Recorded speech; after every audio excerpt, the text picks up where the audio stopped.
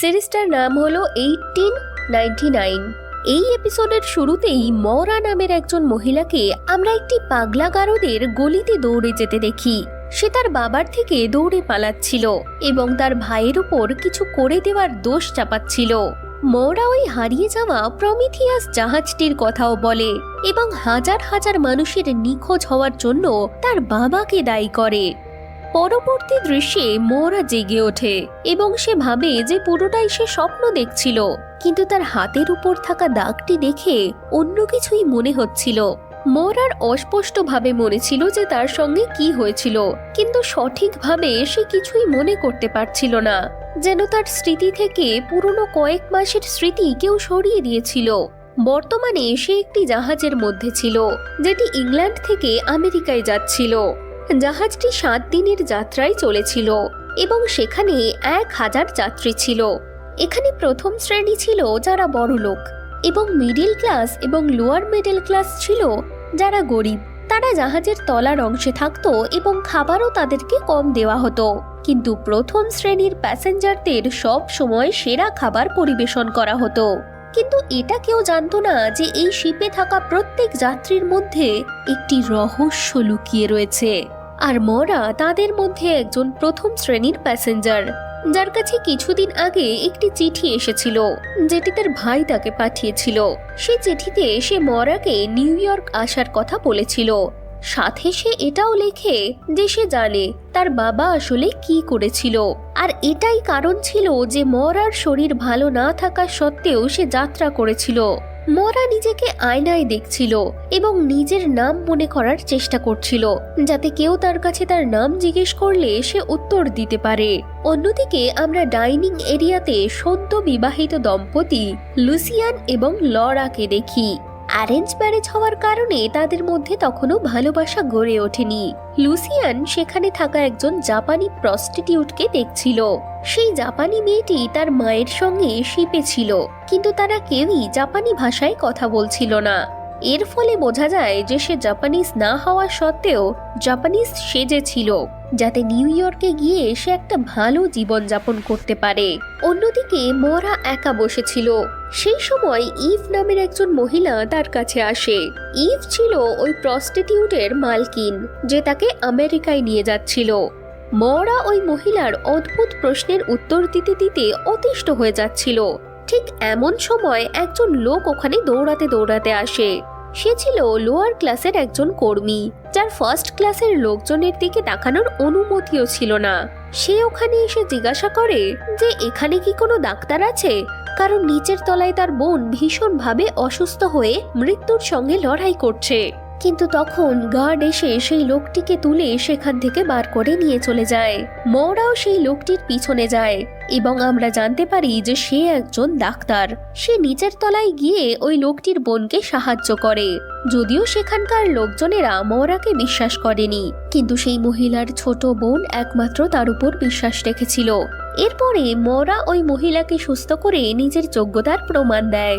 এরপর মরা সেখান থেকে চলে এসে জাহাজের ক্যাপ্টেনের সঙ্গে দেখা করে, যে 2 বছর আগে তার বাড়িতে আগুন লাগার কারণে তার স্ত্রী এবং মেয়েকে হারিয়ে ফেলেছিল। এখনো পর্যন্ত সেই ঘটনাটা থেকে সে বেরোতে পারেনি। তারা দুজন নিজেদের মধ্যে কথা বলছিল। ঠিক সেই সময় ক্যাপ্টেনের অ্যাসিস্ট্যান্ট সেখানে আসে। সে এসে বলে তারা একটি সিগন্যাল দেখতে পাচ্ছে, যার মাধ্যমে আশেপাশের কোড নেস্টের দিকে নির্দেশ দিচ্ছে। এটা দেখে ক্যাপ্টেন বুঝতে পারে যে ওই সিগন্যালটা হয়তো ওই হারিয়ে যাওয়া জাহাজটির থেকে আসছে, আর সেটার খোঁজ করার জন্য সে যাত্রীদের কোনো রকমের খবর না দিয়েই জাহাজটিকে সেই দিকে ঘোরায়। এরপরে মরা আবার ক্যাপ্টেনের কাছে যায় এবং তাকে জিজ্ঞাসা করে যে আপনার কি মনে হয় এখনো পর্যন্ত ওই শিপে কেউ জীবিত রয়েছে, কারণ সেটি 4 মাস ধরে নিখোঁজ রয়েছে। উত্তরে ক্যাপ্টেন তাকে বলে যে এটা হওয়ার সম্ভাবনা খুবই কম, কিন্তু তাদের কাছে যেহেতু খাদ্য ছিল তাই তাদের মধ্যে কেউ জীবিত থাকলেও থাকতে পারে। এরপরে ক্যাপ্টেন একটি খাম বার করে, যেটার মধ্যে ঠিক ওই ধরনের একটা চিঠি রয়েছে যেটি মরাকে তার ভাই পাঠিয়েছিল। আর এই চিঠিটা এল নামের কোনো একজন ব্যক্তি পাঠিয়েছিল। এর কিছুক্ষণ পরে ক্যাপ্টেন প্রথম শ্রেণীর যাত্রীদের কাছে আসে এবং তাদেরকে পুরো পরিস্থিতির কথা জানিয়ে বলে যে সে আবার শিপটিকে ঘোরাতে চলেছে, কারণ ওই হারিয়ে যাওয়া শিপটির লোকেশন খুঁজে পাওয়া গেছে। যদিও সমস্ত যাত্রীরা এই সিদ্ধান্তে খুশি ছিল না, কিন্তু তবুও ক্যাপ্টেন তার সিদ্ধান্ত পাল্টায় না। এর কিছুক্ষণের মধ্যে তারা জাহাজটির কাছে গিয়ে পৌঁছায় এবং ঘোষণা করা হয় যে এটি ওই হারিয়ে যাওয়া জাহাজ প্রমেথেসিয়াস। ক্যাপ্টেন অ্যাসিস্ট্যান্টকে বলে একটি লাইফ বোট নামানোর জন্য এবং একটি দল গঠন করে ওই হারিয়ে যাওয়া জাহাজটির কাছে যাওয়ার জন্য। ওই দলে লোয়ার ক্লাসের দুজন যাত্রী ওলেক এবং জেরাম এবং তাদের সঙ্গে মরা এবং আরো কিছু লোকজন ছিল। তারা যখন ওই শিপে গিয়ে পৌঁছায়, এটা দেখে তারা খুব অবাক হয়ে যায় যে সেখানে কেউই জীবিত নেই, এমনকি সেখানে কোনো মানুষের মৃতদেহ পর্যন্ত ছিল না। ক্যাপ্টেন এটা দেখে ভীষণই অবাক হয়ে যায় যে তাহলে এখান থেকে সিগন্যাল পাঠিয়েছিল কে, কারণ সিগন্যাল পাঠানোর ডিভাইসটা তো ভাঙা ছিল। এরপরে মরা মাটিতে থাকা একটি বিটেলকে লক্ষ্য করে একটি ঘর পর্যন্ত পৌঁছে যায় এবং সেখানে গিয়ে একটি বন্ধ আলমারি দেখতে পায়। মরা খুব সাবধানে এসে সেই আলমারিটা খোলে এবং সেখান থেকে একটি বাচ্চা বেরিয়ে আসে। সেই বাচ্চাটি মুখে কোনো রকম কথা বলছিল না এবং তার চোখে মুখেও কোনো রকম এক্সপ্রেশন ছিল না, কিন্তু তার হাতে একটি অদ্ভুত ধরনের পিরামিড ছিল। দলের সকলে শুধু এটা ভেবেই অবাক হয়ে যাচ্ছিল যে এই বাচ্চাটি বেঁচে রইল কিভাবে। এরপরে তারা সকলে আবার জাহাজে ফিরে আসে এবং মরা সেই বাচ্চাটিকে নিজের কাছে রাখার সিদ্ধান্ত নেয়, কারণ সে একজন ডাক্তার ছিল। পরের দিন সকালে তাদের শিপে থাকা সমস্ত কম্পাস কাজ করা বন্ধ করে দেয়। এটা দেখে সকলে একটাই প্রশ্ন করতে থাকে যে তারাও কি ওই আগের জাহাজের প্যাসেঞ্জারদের মতন গায়েব হয়ে যেতে চলেছে। এমনকি ক্যাপ্টেনও বুঝতে পারছিল না যে তার কি করা উচিত। অন্যদিকে মরা ওই বাচ্চাটিকে দেখাশোনা করছিল। সে যখন বাচ্চাটির জন্য খাবার নিয়ে তার ঘরের দিকে আসছিল, তখন সে তার দরজার সামনে একজন অচেনা লোককে দেখতে পায়। মরাকে দেখে সে পাশের ঘরে চলে যায় এবং মরাকে বলে যে তার ঘর থেকে কিছু শব্দ শুনেই সে এখানে এসেছিল। সে তার নাম বলে ড্যানিয়েল, আর সে মরাকে তার প্রতিবেশী বলে পরিচয় দেয়। মরা তাকে জিজ্ঞাসা করে যে তাদের মধ্যে আগে কখনো দেখা সাক্ষাৎ হয়েছে কিনা, কিন্তু এই প্রশ্নের উত্তর সঠিকভাবে ড্যানিয়েল সেখান থেকে না দিয়েই চলে যায়। এরপর মরা ওই বাচ্চাটিকে জিজ্ঞেস করে যে তুমি ওই জাহাজে কি করছিলে। উত্তরে বাচ্চাটি তাকে ওই পিরামিডটি দেয়। সেই বাচ্চাটি তাকে কিছু বোঝানোর চেষ্টা করছিল, কিন্তু সে কিছুতেই বুঝতে পারছিল না। অন্যদিকে ক্যাপ্টেন মনে করেছিল যে ওই হারিয়ে যাওয়া জাহাজের পিছনে নিশ্চয়ই ওই জাহাজের কোম্পানির লোকেদের কিছু পরিকল্পনা রয়েছে, কারণ জাহাজটির যাত্রা করার আগে কোম্পানির থেকে একটি চিঠি এসেছিল যেখানে শুধু লেখা ছিল যে জাহাজটিকে ডুবিয়ে দাও। কিন্তু ক্যাপ্টেনের স্টাফেরা তাকে বলে যে সে একটু বেশি ভাবনা চিন্তা করছে এবং যত দ্রুত সম্ভব তাকে একটি সিদ্ধান্তে আসতে হবে, কারণ সকলেই প্রশ্ন করছিল সেই বিষয়ে। এমন পরিস্থিতিতে ক্যাপ্টেনের মানসিক অবস্থা একটু দুর্বল হয়ে পড়ে এবং সে তার মৃত মেয়ের গলায় গান শুনতে পায়। সে সেই আওয়াজের পিছু করতে করতে সেই ঘরে গিয়ে পৌঁছায় যেখানে তার মেয়ে এবং স্ত্রীর মৃত্যু হয়েছিল। আর এখানে আমরা জানতে পারি যে কোনো দুর্ঘটনার মাধ্যমে সেই আগুনটি লাগেনি, বরং তার স্ত্রী নিজের সন্তানদের এবং নিজের মৃত্যুর জন্যেই সেই আগুনটি লাগিয়েছিল। ক্যাপ্টেন কল্পনায় তাদের সঙ্গে কথা বলার চেষ্টা করে, কিন্তু তার স্ত্রী তার কোনো কথা না শুনে সেখান থেকে তার সন্তানদের নিয়ে চলে যায়। কিন্তু তার বড় মেয়ে সেখানে থেকে যায় এবং বড় মেয়েটি তার বাবাকে ফিরে আসার জন্য বলে এবং আগুন জ্বালিয়ে দেয়। এর ফলে ক্যাপ্টেন আবার বাস্তবের মাটিতে ফিরে আসে, কিন্তু সে নিজেকে তার নিজেরই বিছানার তলায় একটি কম্পার্টমেন্টে দেখতে পায়। এটা দেখে সে খুব অবাক হয়ে যায়, কারণ জাহাজের প্রত্যেকটি কোণা সম্পর্কে তার স্পষ্ট ধারণা ছিল, কিন্তু সে এটাই জানতো না যে তার নিজের বিছানার তলায় এমন একটা কম্পার্টমেন্ট রয়েছে। এরপরে ক্যাপ্টেন সিদ্ধান্ত নেয় যে হারিয়ে যাওয়া জাহাজটিকে সে আবার কিনারায় নিয়ে গিয়ে পৌঁছাবে, আর যেহেতু তার কাছে আমেরিকায় পৌঁছানোর মতো ফিউল ছিল না, তাই সে আবার ইংল্যান্ডে যাবে। অন্যদিকে মরা ওই বাচ্চাটির গলায় একটা ট্যাটু দেখতে পায়, যার চিহ্নটা ঠিক ওই রকম ছিল যেটা এনভেলপের মধ্যে সে দেখতে পেয়েছিল। সে ওই বাচ্চাটিকে বলে যে তার ভাই 4 মাস ধরে নিখোঁজ রয়েছে এবং এই এনভেলপটি পাওয়ার আগে পর্যন্ত সে তার ভাইয়ের লোকেশন সম্পর্কে কিছুই জানতো না। সেই কারণে এই চিহ্নটির অর্থ তার জন্য জানা ভীষণই জরুরি ছিল এবং বাচ্চাটির কাছে এসে সে এর অর্থ জানতে চায়। সেই বাচ্চাটি তার প্রত্যেকটা কথা মন দিয়ে শোনে এবং উত্তরে কিছু বলার বদলে সে কেঁদে ফেলে। এরপরই মরা তার ঘর থেকে চলে যাওয়ার পর ড্যানিয়েল আবার তার দরজায় আসে এবং সে তার হাত থেকে একটি বিটেল বার করে, যেরকম আমরা ওই হারিয়ে যাওয়া জাহাজটির মধ্যে দেখেছিলাম। বিটেলটিকে ছেড়ে দেওয়ার পরে সে চলতে শুরু করে এবং লোয়ার ক্লাসের যাত্রীদের মধ্যে একটি ছোট বাচ্চা তাকে দেখতে পায়। তার পিছু করতে করতে সে ড্যানিয়েলের সামনে এসে পৌঁছায়। ড্যানিয়েল তার থেকে ক্ষমা চায় এবং দৃশ্যটি এখানেই শেষ হয়ে যায়। অন্যদিকে ক্যাপ্টেন তার সকল যাত্রীদের জানায় যে তারা আবার ইংল্যান্ডে ফিরে যাচ্ছে। এটা শুনে সবাই ভীষণ অখুশি হয় এবং ক্যাপ্টেনের এই সিদ্ধান্তের বিরোধিতা করে, কিন্তু ক্যাপ্টেন তার সিদ্ধান্তে অনড় থাকে। মরা ক্যাপ্টেনের কাছে যায় এবং জিজ্ঞেস করে যে এগুলো কি হচ্ছে। তখন ক্যাপ্টেন মোরাকে এই চিঠিটা দেখায়, যেটি জাহাজ ডুবিয়ে দেওয়ার জন্য কোম্পানি পাঠিয়েছিল। আর ক্যাপ্টেনের মত অনুযায়ী তাকে আর মোরাকে এই জাহাজে পাঠানো হয়েছে বিশেষ কোনো উদ্দেশ্য নিয়ে। আর ক্যাপ্টেন এটাও জানতো যে মরার কাছেও একটা ওরকমই চিঠি এসেছে। কিছুক্ষণ পরে ওই ছোট্ট মেয়েটির মৃতদেহ পাওয়া যায় এবং একজন পুরুষ ডাক্তারকে ডেকে পাঠানো হয় বাচ্চাটির মৃত্যুর কারণ জানতে চাওয়ার জন্য। সেই ডাক্তারটি খুব দায়িত্বজ্ঞানহীনভাবে জানিয়ে দেয় যে বাচ্চাটি অসুস্থ ছিল, তাই মারা গিয়েছে। মরা তার কাছে গিয়ে আসল কারণটি জানতে চায়, কিন্তু সে উত্তর দেয় না। তখন হঠাৎ ক্যাপ্টেনকে বাইরে আসতে বলা হয়, কারণ জাহাজের চারিদিক কুয়াশায় ঢেকে গিয়েছিল। এতক্ষণ পর্যন্ত তারা সূর্যের দিক নির্ণয় করে নিজেদের যাত্রার রাস্তা নির্বাচন করছিল, কিন্তু কুয়াশার ফলে রাস্তা নির্ণয় করা খুবই কঠিন হয়ে দাঁড়াচ্ছিল। ক্যাপ্টেন মরার সঙ্গে নিজের কেবিনে আসে এবং তাকে একটি রিবনের টুকরো দেখায়, যেটি তার মেয়ের ছিল এবং সে বলে সেটি সে ওই হারিয়ে যাওয়া জাহাজ থেকে খুঁজে পেয়েছে। তাই তার মনে হয় যে তার ফ্যামিলিও ওই জাহাজেই রয়েছে, যদিও তার পরিবারের সকলেই অনেক আগেই মারা গিয়েছিল। তাই মরা আর ক্যাপ্টেন ওই হারিয়ে যাওয়া জাহাজ প্রমিথিয়াসে যাওয়ার সিদ্ধান্ত নেয়। তারা লাইফ বোট নিচে নামানোর জন্য যায়, কিন্তু সিকিউরিটি হেড এসে তাদেরকে বাধা দেয়, কারণ ক্যাপ্টেনের আবার ইংল্যান্ডে ফিরে যাওয়ার সিদ্ধান্তে সে খুশি ছিল না এবং তার মনে হয়েছিল যে ক্যাপ্টেনের এই সিদ্ধান্তের কারণে তারা সকলে বিপদে পড়তে পারে। কিন্তু ক্যাপ্টেন সেসব কথায় পাত্তা না দিয়ে লাইফ বোট নিচে নামায়। এরপরে সিকিউরিটি হেড এবং তার অ্যাসিস্ট্যান্ট জাহাজে থাকা সবাইকে ক্যাপ্টেনের বিরুদ্ধে বিভিন্ন কথা বলতে থাকে। সিকিউরিটি হেড লোয়ার ক্লাসের যাত্রীদের কাছে যায় এবং এই বাচ্চাটির মৃত্যুর কারণ সে তাদেরকে বলে। সে তাদের সবাইকে ক্যাপ্টেনের বিরুদ্ধে কথা বলে আর তাদেরকেও তার বিরোধিতা করতে বলে। আর যেহেতু লোয়ার ক্লাসের যাত্রীদের কাছে অত টাকা ছিল না যাতে তারা ইংল্যান্ডে ফিরে গিয়ে আবার টিকিট কিনতে পারে, তাই তারা ইংল্যান্ডে ফিরে যেতেই চায়নি। এর কিছুক্ষণ পরে জাহাজে আরো 3টে মৃতদেহ পাওয়া যায়, যাদের মৃত্যু ঠিক ওইভাবে হয়েছিল যেভাবে ওই বাচ্চা মেয়েটির মৃত্যু হয়েছিল। এটা দেখে তারা সকলেই ভীষণ রেগে যায় এবং নিজেদের অধিকারের জন্য লড়াই করতে যায়।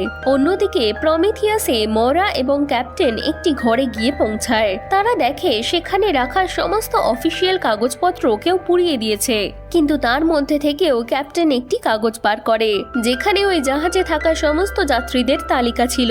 এটা ছাড়াও তারা দেওয়ালে লাগানো একটি অদ্ভুত ইলেকট্রনিক যন্ত্র দেখতে পায়। ক্যাপ্টেন বলে এই যন্ত্রগুলি আগের বছরই লাগানো হয়েছে জাহাজে। এটা দিয়ে জাহাজে ভাপের প্রেশার মাপা হয়। ঠিক তখনই ক্যাপ্টেনের মনে হয় যে এই যন্ত্রটা তো আসলে কোনো কাজেরই নয়, অর্থাৎ এটিকে এখানে কোনো অন্য উদ্দেশ্য নিয়ে লাগানো হয়েছে।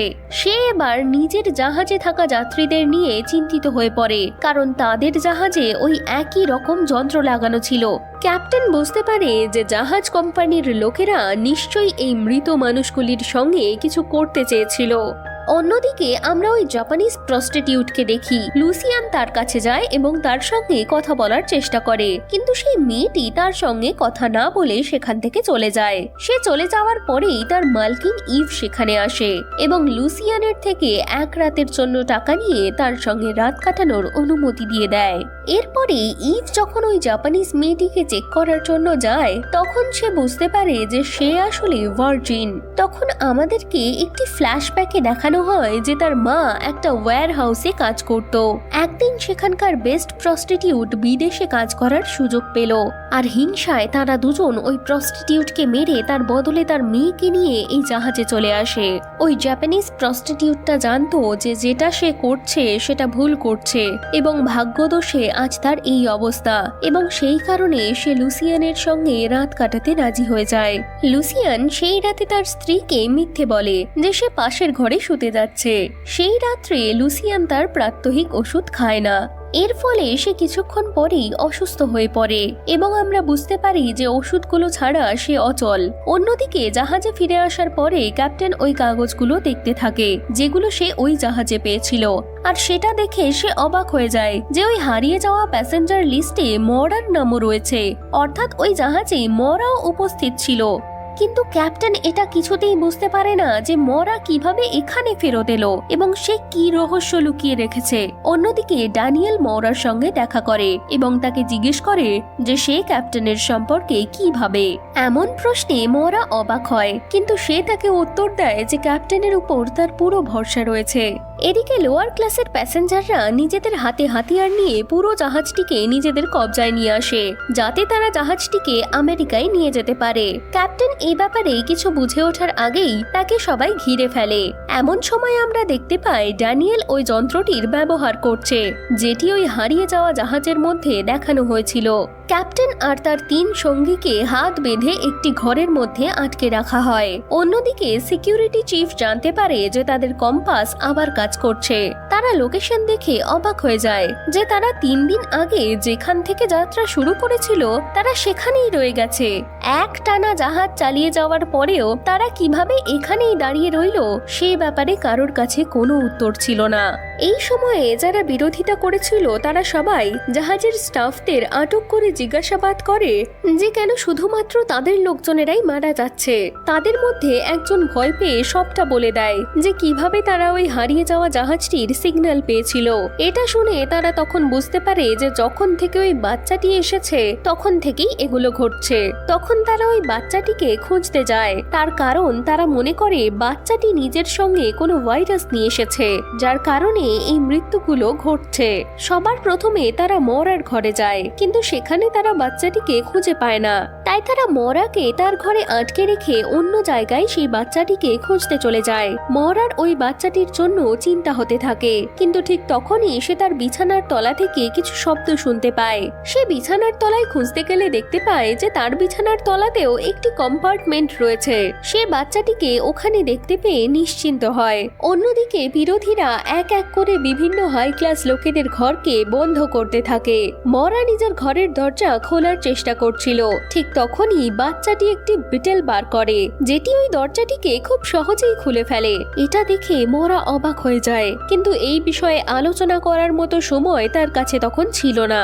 তারা দুজন লাইফ বোটের কাছে যায়। সেখানে গিয়ে তারা ক্যাপ্টেন এবং তার সঙ্গীদের দেখতে পায়। এটা দেখে আমরা বুঝতে পারি যে ক্যাপ্টেন আর তার সঙ্গীরাও কোনোভাবে তাদের ঘর থেকে বেরিয়ে এসেছে।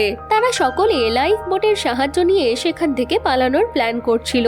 মরাও তাদের সঙ্গে যোগ দেওয়ার ইচ্ছে প্রকাশ করে, কিন্তু এবার ক্যাপ্টেন তাকে বাধা দেয়, কারণ ক্যাপ্টেন তার উপর সন্দেহ করছিল। তারা লাইফ বোটটি নিচে নামানোর আগেই বিরোধী দলের সকলে সেখানে চলে আসে এবং ওই ছোট্ট বাচ্চাটিকে তারা মারার জন্য সেখান থেকে নিয়ে চলে যায়। তারা বাচ্চাটিকে মেরে ফেলার জন্য তৈরি হচ্ছিল, ঠিক সেই সময়ে ভীষণ জোরে বৃষ্টি নামে। এমন পরিস্থিতিতেও ওই বাচ্চাটির চোখে মুখে বিন্দু মাত্র ভয়ের চিহ্ন ছিল না। তারা সকলে বাচ্চাটির গলা কাটতে যাবে, এমন সময় ক্যাপ্টেন তার সঙ্গীদের নিয়ে সেখানে বাচ্চাটিকে বাঁচাতে চলে আসে। দুই দলের মধ্যে লড়াই শুরু হয়, অনেকেই আহত হয়। মরা ওই বাচ্চাটিকে কাছে পাওয়ার চেষ্টা করে, কিন্তু অন্য একজন মহিলা ওই বাচ্চাটিকে জাহাজ থেকে নিচে ফেলে দেয়। কিছুক্ষণ পর ক্যাপ্টেনের দল তার সঙ্গীদের চিকিৎসা করছিল। মরা খুব ভেঙে পড়েছিল, কারণ বাচ্চাটির সঙ্গে এই কিছুক্ষণের মধ্যেই তার একটা ভালো সম্পর্ক তৈরি হয়েছিল।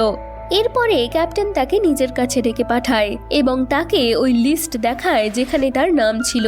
এটা দেখে মরা নিজেও খুব অবাক হয়ে যায়, কারণ তার কিছুই মনে ছিল না যে সে আদৌ ওই জাহাজে গিয়েছিল কিনা।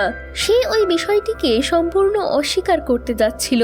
এমন সময় পাশে থাকা আলমারি থেকে আওয়াজ আসতে শুরু করে। সবাই এটা অবাক হয়ে দেখতে থাকে যে ওই ছোট বাচ্চাটি সেখান থেকে বেরিয়ে আসছে, আর তার হাতে সেই অদ্ভুত পিরামিডটি ছিল। বাচ্চাটি মরার কাছে এসে তাকে জড়িয়ে ধরে এবং এই সিরিজের প্রথম সিজন এখানেই শেষ হয়ে যায়।